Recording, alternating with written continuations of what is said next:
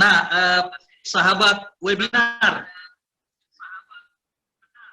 Pak Camat dan Pak Lurah melaporkan dari panitia itu peserta kali ini cukup bervariasi. Terdiri dari ketua RT, mahasiswa KKN, ibu-ibu PKK, LPM, dan warga. Nah, mudah-mudahan ini bisa berkelanjutan.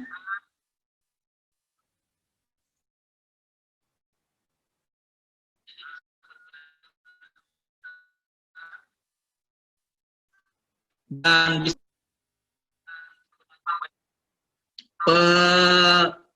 materi yang kedua adalah salah seorang penyanyi di Balikpapan, suaranya mirip Ariel, tapi dia juga pekerjaan sampingannya sebagai lurah Damai Baru. Mohon izin Pak Lurah, waktu dan tempat, Bapak Andi Arif Hidayatullah, saya persilahkan. Mohon peserta lain mute.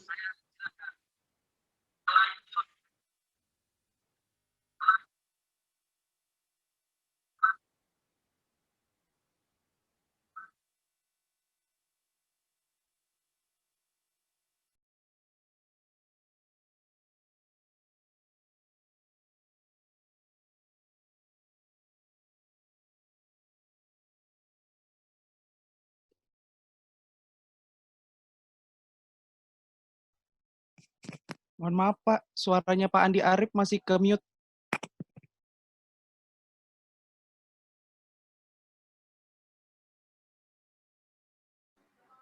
Halo? Siapa sudah ada? Kedengaran? Sudah? Iya Pak, sudah. Halo, sudah kedengaran? Sudah Pak. Sudah ya? Oke. Jadi saya ulang lagi ya. Yang saya hormati Bapak Camat Balikpapan Selatan, Bapak Ketua LPM, Ibu-ibu PKK, rekan-rekan dari kelurahan, adik-adik KKN, sahabat webinar sekalian. Sebenarnya sudah panjang lebar tadi dijelaskan oleh Ibu Sekar. Intinya sebenarnya Zoom meeting pada kali ini ya ingin menyerap ilmu dari beliau. Karena memang banyak informasi-informasi yang baru, yang kemarin tidak seperti itu sekarang berubah lagi. Jadi itulah gunanya sosialisasi pada hari ini. Tapi nggak apa-apa, saya coba membahas dari sisi warga, partisipasi warga. Sebagaimana judul yang telah diberikan oleh panitia, yaitu tangkal COVID-19 melalui gerakan partisipasi warga. Ini pertama kali juga saya membawakan materi melalui Zoom meeting, ternyata agak ribet juga ya. Tapi memang kita harus membiasakan hal seperti ini, karena mungkin ke depannya kita akan lebih sering mengadakan pertemuan atau diskusi dalam bentuk Zoom meeting seperti ini. Silakan Pak, Bapak Ibu sekalian, silakan dimakan snacknya. Silakan diminum. Saya duluan, santai saja. Sudah habis Pak. Silakan Pandi, Pak Camat, minum Pak Camat.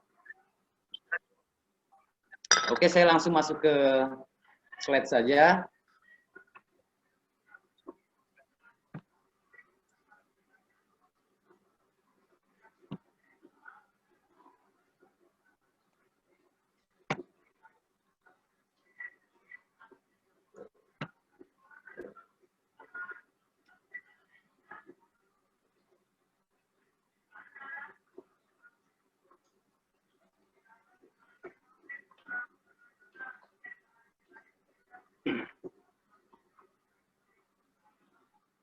Gimana ngejumnya nih?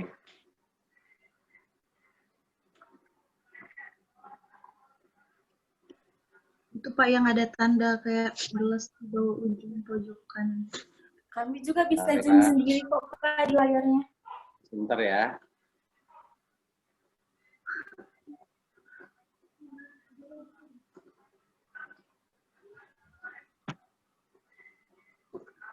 Oke, dia.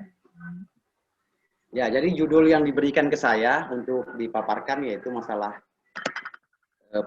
tangkal COVID-19 melalui gerakan partisipasi warga. Jadi ini sedikit biodata, mungkin diabaikan saja. Oke, jadi sebelum kita mulai ke inti, kita coba flashback ke belakang dulu lah. Latar belakang perkembangan COVID, khususnya di Balikpapan. Saya coba bagi di 2 fase ya. Untuk fase pertama, virus COVID-19 ini pertama kali muncul di Indonesia, diumumkan secara resmi oleh Bapak Presiden pada bulan Maret, tepatnya pada tanggal 2 Maret 2020. Pada saat itu, jumlah pasien positifnya masih bisa dihitung dengan jari. Jadi, ya mungkin masih dianggap remeh lah. Sehingga aktivitas masyarakat pada waktu itu masih seperti biasa. Walaupun pemerintah sudah berapa kali memberikan himbauan tentang kewaspadaan terhadap penularan COVID-19 ini. Nah, di fase kedua, pada tanggal 19 Maret, di situ pertama kali Balikpapan terkonfirmasi pasien positif. Di Balikpapan 1 orang, dan setelah itu berlanjut, bahkan selang 1 hari dari pengumuman pertama sudah terkonfirmasi 6 positif. Nah, di situ kita sudah mulai panik. Sehingga pada tanggal 22 Maret 2020, pemerintah daerah Kota Balikpapan mengeluarkan aturan, yaitu penutupan kegiatan usaha yang sifatnya hiburan dengan kuliner yang sifatnya take away, dan tempat-tempat yang berpotensi rawan dalam penyebaran virus corona ini. Berlanjut juga ke PSBB pada bulan lalu ya, bulan PSBB, penutupan sebagian ruas jalan. Nah, dengan adanya pembatasan tadi, tentunya sangat berdampak kepada aktivitas usaha dan aktivitas warga lainnya. Ya, tentunya ini sangat memukul dari sektor usaha di segala bidang, perdagangan, jasa, pariwisata, semua tiarap pada saat itu. Terus yang kedua, juga terhambatnya kegiatan belajar mengajar di sekolah dan pendidikan. Sejak saat itu murid juga tidak ada yang turun ke sekolah. Nah, hal ini tentunya sangat berdampak negatif kepada perekonomian di Indonesia dan khususnya di Balikpapan.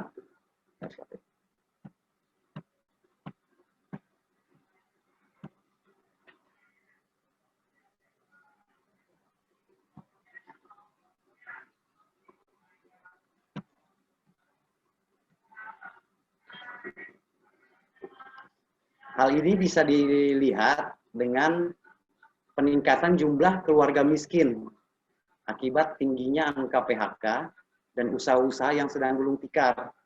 Ini bisa dilihat dengan data-data di Damai Baru saja sebagai contoh.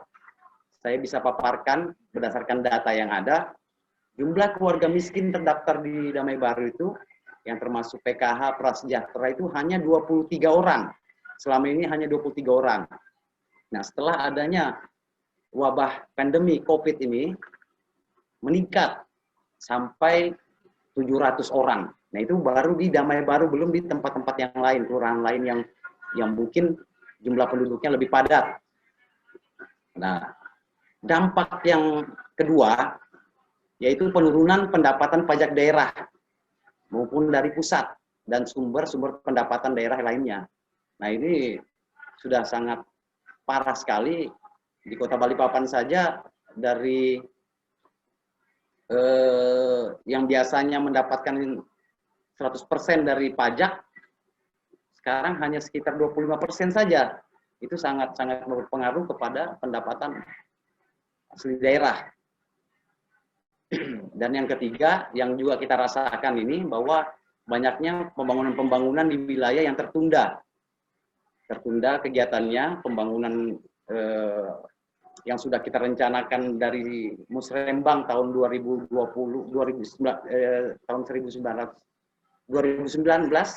sekarang malah tertunda semua, karena sebagian dana yang akan dipakai atau digunakan pada proyek-proyek tahun ini digunakan untuk mendanai penanganan COVID. Nah, di sektor pendidikan sekarang bisa kita lihatlah bahwa perubahan sistem kerja daripada tenaga pengajar ini jauh atau sangat berbeda dengan keadaan yang sebelum adanya pandemi ini. Jadi memang perlu guru harus beradaptasi lagi. Nah, ini merupakan masalah juga. Belum lagi keperluan tambahan bagi siswa dan guru, sarana dan prasarana dalam melaksanakan pembelajaran yang sifatnya daring, seperti laptop, PC, Android, termasuk kuota. Nah, itu menjadi masalah juga. Yang ketiga, orang tua murid sekarang kan dipaksa menjadi guru. Orang tua murid dipaksa untuk menjadi guru, harus bisa untuk mengajari anak-anaknya. Itu juga merupakan suatu masalah. Dan yang terakhir mungkin pengawasan guru terhadap siswanya, yang karena sistem pembelajaran online ini mungkin otomatis tidak bisa seintensif sebelum adanya sistem online tadi ini. Nah, itu yang merupakan yang saya bisa katakan rumusan masalah dampak daripada wabah pandemi COVID ini.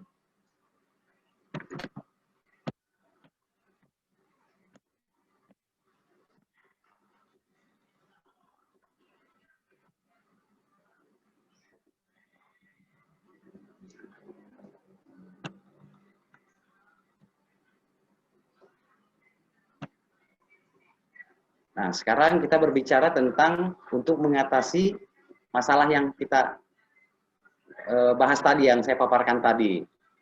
Tentunya untuk mengatasi masalah ini, yang pertama adalah peran dari pemerintah. Pemerintah pusat, provinsi, dan daerah sudah mengambil langkah dalam mengatasi permasalahan-permasalahan di warga, di masyarakat, akibat daripada pembatasan kegiatan usaha dan kegiatan-kegiatan yang lainnya, seperti pemberian bantuan kebutuhan pokok kepada masyarakat yang diberikan secara langsung dalam bentuk sembako, dalam bentuk uang. Nah, ini sampai sekarang pun masih berjalan. Terus melaksanakan pengaturan-pengaturan aktivitas masyarakat dalam rangka memutus rantai penyebaran COVID-19, memastikan roda perekonomian masyarakat tetap berjalan. Ini bisa dilihat dengan kredit-kredit, diluncurkannya kredit usaha rakyat yang ringan sifatnya bagi UMKM dan usaha-usaha kecil lainnya yang tentunya terdampak akibat pembatasan aktivitas di masyarakat. Nah, yang selanjutnya, selain peran pemerintah, peran swasta juga sangat dibutuhkan untuk mengatasi permasalahan ini. Tidak mungkin juga dibebankan semua ke pemerintah. Dan memang ada beberapa perusahaan swasta yang sudah ikut aktif dalam membantu pemerintah dalam melaksanakan kegiatan mengatasi penyebaran dan dampak pandemi ini. Jadi rata-rata mereka membantu terhadap dampaknya secara langsung. Di Kelurahan Damai Baru sendiri juga sudah beberapa kali mendapat bantuan daripada pihak swasta untuk kami salurkan ke warga. Itu terjadi sebelum adanya bantuan dari pemerintah. Jadi cukup membantulah, karena sebelum bantuan pemerintah turun, swasta sudah mulai bergerak. Begitu juga dengan masyarakat dengan donasi-donasi yang dikumpulkan, termasuk di Damai Baru. Terus peran swasta yang terpenting juga adalah memastikan di wilayah kerjanya untuk menerapkan protokol pencegahan penularan virus COVID. Ini yang sepertinya belum efektif kalau yang saya lihat, karena Bu Dokter mungkin juga tahu bahwa tingkat peningkatan pasien positif COVID banyak dari klaster perkantoran ya, perkantoran. Nah ini mungkin bisa ditingkatkan lah. Mungkin ada semacam aturan yang mengikat, yang memberikan hukuman apabila aturan-aturan protokol kesehatan ini bisa tidak dilaksanakan oleh para usahawan, perusahaan dan perkantoran. Nah yang ketiga di sini peran masyarakat ya, peran masyarakat. Nah, inilah yang menjadi fokus kita pada paparan kali ini, yang tadi hanya pengantar. Sekarang kita masuk ke fokus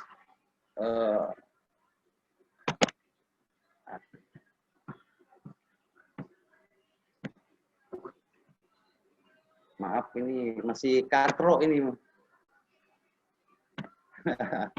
Soalnya baru pertama ini. Lebih enak, ternyata lebih mudah dan lebih enak apabila kita bertatap langsung. Ini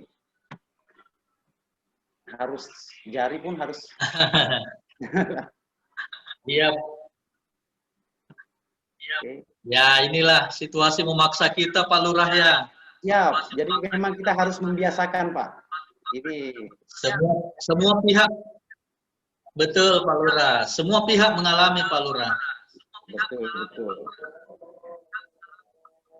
Oke, kita masuk ke fokus permasalahan sesuai tadi judul yang diberikan, yaitu tentang tangkal COVID ya, yang melalui gerakan partisipasi warga. Nah, jadi sebenarnya apa sih yang dilakukan sebagai warga masyarakat dalam rangka ikut menangkal perkembangan dan dampak yang ditimbulkan pandemi COVID ini? Seperti Bu Dokter tadi, bahwa beliau mengatakan bahwa kedisiplinan itu betul sekali, tapi mungkin saya bisa melengkapi di sini, selain kedisiplinan kita juga perlu kepedulian, karena kita tidak makhluk sosial, walaupun ada pembatasan tetap kita harus peduli, jangan peduli kepada diri sendiri, juga peduli kepada orang lain di sekitarnya. Nah, saya coba membagi bagian-bagian dari kepedulian itu seperti apa. Yang pertama, masalah PHBS. Tadi sudah dibahas dengan gamblang oleh Ibu Dokter. PHBS itu apa? Perilaku hidup bersih dan sehat. Yang kedua, kreatif dan mandiri secara ekonomi. Yang ketiga, membiasakan hidup dengan tatanan baru atau new normal. Yang keempat, mengaktifkan kembali kegiatan bersama dalam bingkai gotong royong. Oke, saya bahas satu persatu. Yang pertama, PHBS tadi mungkin sudah jelas sekali dibahas oleh Ibu Dokter Sekar. Cuma saya mungkin yang lain perlu masih ada yang belum tahu bahwa PHBS itu yang kita dapatkan atau yang adalah semua perilaku yang dilakukan atas kesadaran sehingga anggota keluarga atau keluarga dapat menolong dirinya sendiri di bidang kesehatan dan berperan aktif dalam kegiatan-kegiatan kesehatan masyarakat. Ada 10 bentuk yang termasuk dalam PHBS, dan sebenarnya PHBS ini jauh hari sebelum COVID pun kita sudah gaungkan sebenarnya, cuma mungkin karena kesadaran masyarakat yang kurang sehingga banyak yang tidak memperdulikan lah apa itu PHBS. Jadi semenjak COVID ini barulah mulai PHBS ini otomatis mau tidak mau harus kita lakukan. Ada 10 bisa dilihat di slide tadi. Yang satu ya, pertolongan persalinan oleh tenaga kesehatan, bayi diberi ASI eksklusif, penimbangan bayi, ketersediaan air bersih, cuci tangan pakai sabun, ketersediaan jamban sehat, memberantas jentik nyamuk, mengkonsumsi makanan yang sehat, melakukan aktivitas olahraga setiap hari, Dan yang terakhir ini mungkin mudah-mudahan Pak Ketua LPM tidak protes ini, tidak merokok di dalam rumah. Nah, seperti itu. Mohon maaf Pak Ketua. Oke, kita bahas satu. Yang kedua, membiasakan hidup dengan tatanan baru. Jadi, definisi new normal menurut pemerintah Indonesia itu adalah tatanan baru untuk beradaptasi dengan COVID-19. Jadi sebenarnya intinya ke COVID. Maka ada new normal. Seandainya tidak ada COVID ini, tidak ada new normal. Jadi ada beberapa hal yang harus kita lakukan dalam new normal ini.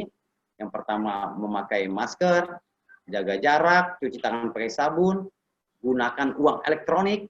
Nah, itu sudah mulai ya. Ada OVO, ada GoPay, macam-macam lah. Pokoknya sudah ada uang elektronik. Itu sudah mulailah bergeser transaksi belanja masyarakat. Nah, seperti itu. Lanjut. Nah, di sini kreatif dan mandiri secara ekonomi. Dengan kreatif dan mandiri dalam pemenuhan kebutuhan sehari-hari akan meningkatkan daya tahan warga dalam menghadapi dampak negatif ekonomi. Sebenarnya intinya sih dampak ekonomi ini yang berat.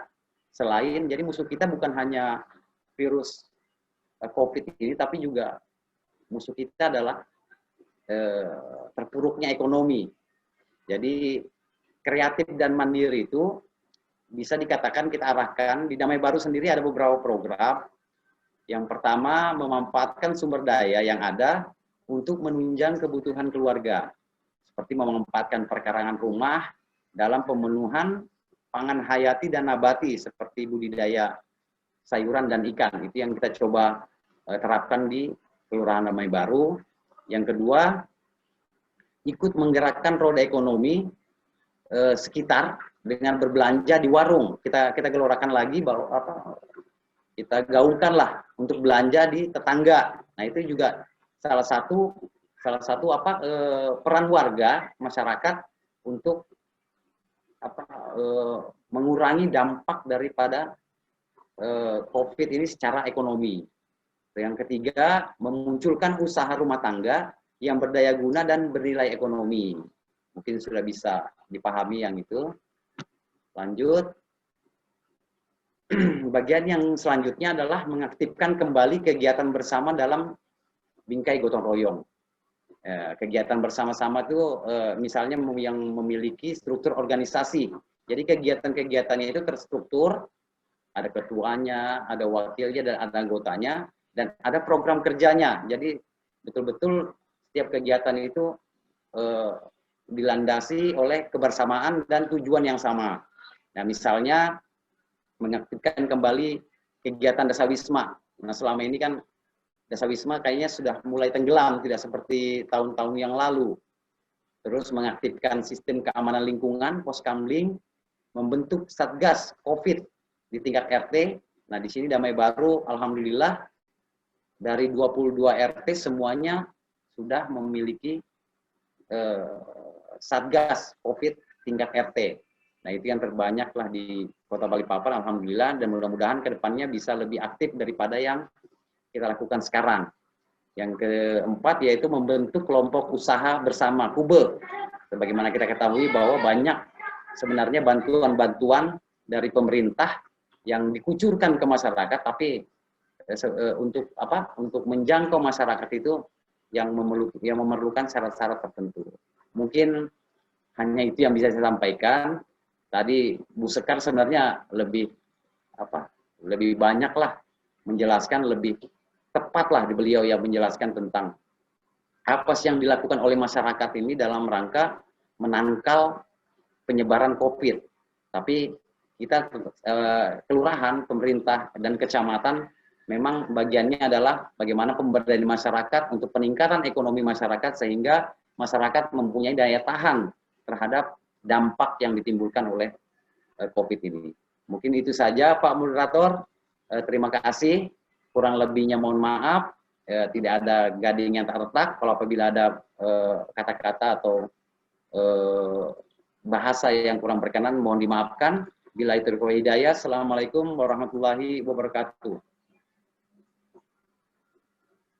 Oke, Pak Ketua. Selesai.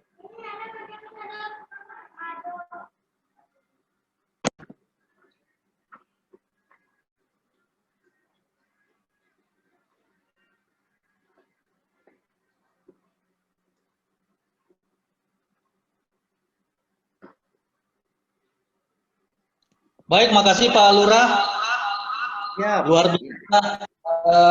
Saya menangkap pesan yang baik sekali bahwa pandemi ini membawa dampak.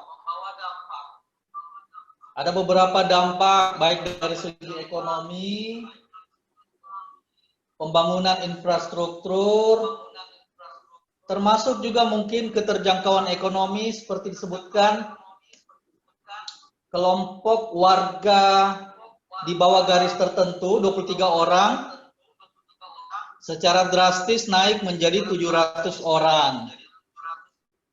Nah, Pak Lurah mengajak kita semua untuk peduli terhadap ini, mengingat kembali kita punya jati diri bangsa Indonesia, yaitu gotong royong.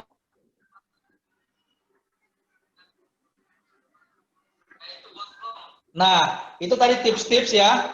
Saya pikir kita langsung ke chatting. Di sini ada pertanyaan Pak Lurah, yang Pak Lurah bisa berikan jawaban. Pertama, pertanyaan mengenai ada program kelurahan bersama mahasiswa KKN 46 mengenai penciptaan atau pembuatan alat cuci tangan menggunakan pedal. Warga ingin mengetahui progresnya Pak Lurah. Terus yang kedua, apakah ada bantuan pemerintah terhadap biaya rapid test atau swab?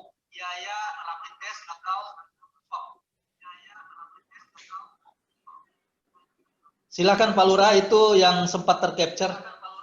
Oke. Mudah-mudahan nggak terlalu banyak lah pertanyaan ya.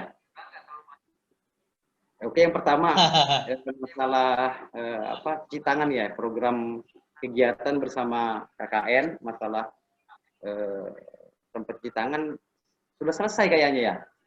Ini kebetulan KKN-nya ada di depan juga ini.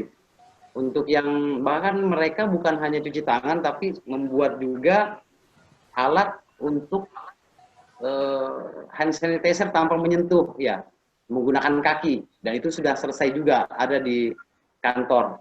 Nanti akan kita coba kalau memang ada dananya atau masyarakat warga bisa swadaya dengan harga murah bisa mendapatkan alat seperti itu.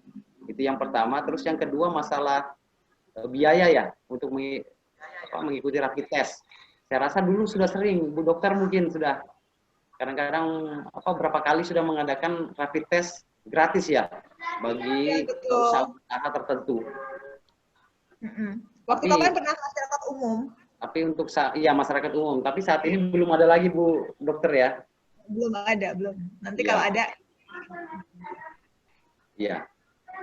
Ya, biasanya kita kalau memang ada rapid test secara gratis nanti akan diumumkan lagi di media-media sosial atau melalui ketua RT, biasanya seperti itu. Ya mungkin itu Pak Moderator. Ya, kita tunggu, mungkin masih ada pertanyaan lagi. Satu pertanyaan.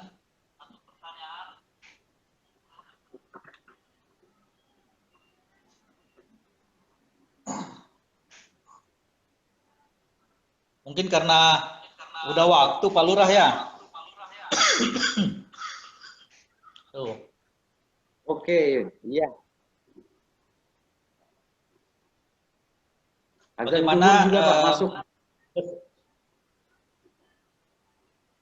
Iya.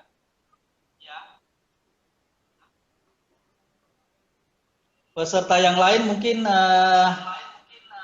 1 menit kita berikan ruang untuk memberikan pertanyaan.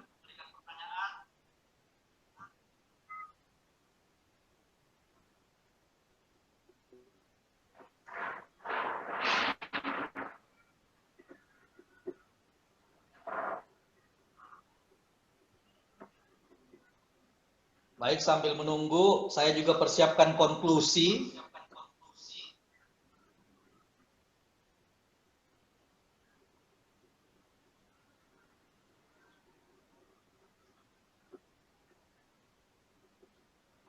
Ya, izinkan saya sebagai moderator menyampaikan pesan dan kesan sekaligus kesimpulan. Menarik sekali, Bapak, Ibu, Pak Camat, presenter, dan seluruh sahabat webinar, bahwa materi kali ini sangat memberikan manfaat di kehidupan kita sehari-hari. Tips dari Pak Camat agar kita saling bekerja sama, peran serta masyarakat dibangkitkan, jangan lupa jaga jarak, cukup baik. Pesan dari Bu Dokter, jangan lupa 3M, terapkan 3M, disiplin.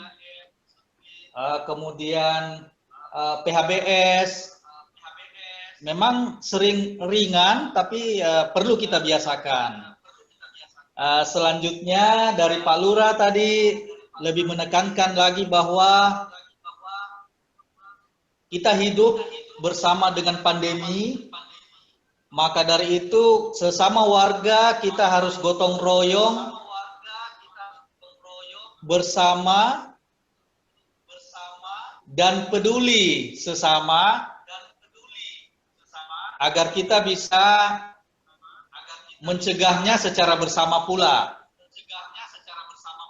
Nah, itu kesimpulan ringkas yang kita ketahui dari pemateri.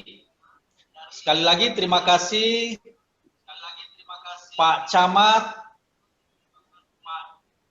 Pak Lurah, Bu Dokter,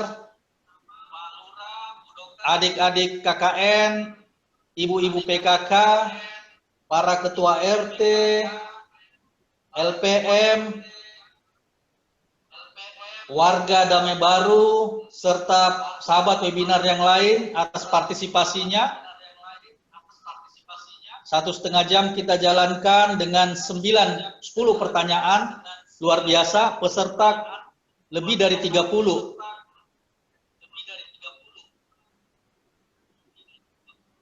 Berhubung kali ini adalah edisi perdana, kami semua panitia menyampaikan permohonan maaf apabila ada hal-hal yang kurang berkenan, dan kami akan memperbaiki lebih baik lagi webinar ke depan.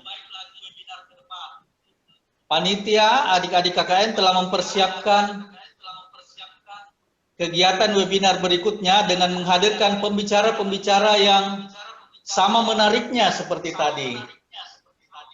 Jangan lewatkan webinar kita, silahkan selalu connect dengan kepanitiaan, dan kami akan update kepada bapak-bapak, ibu-ibu, sahabat webinar.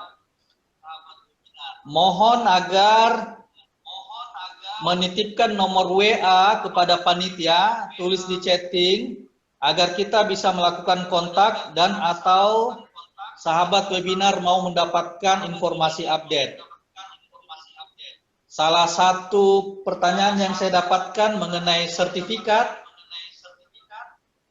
nanti coba kita atur, tolong sahabat webinar drop nomor WA-nya untuk bisa saling kontak dengan panitia.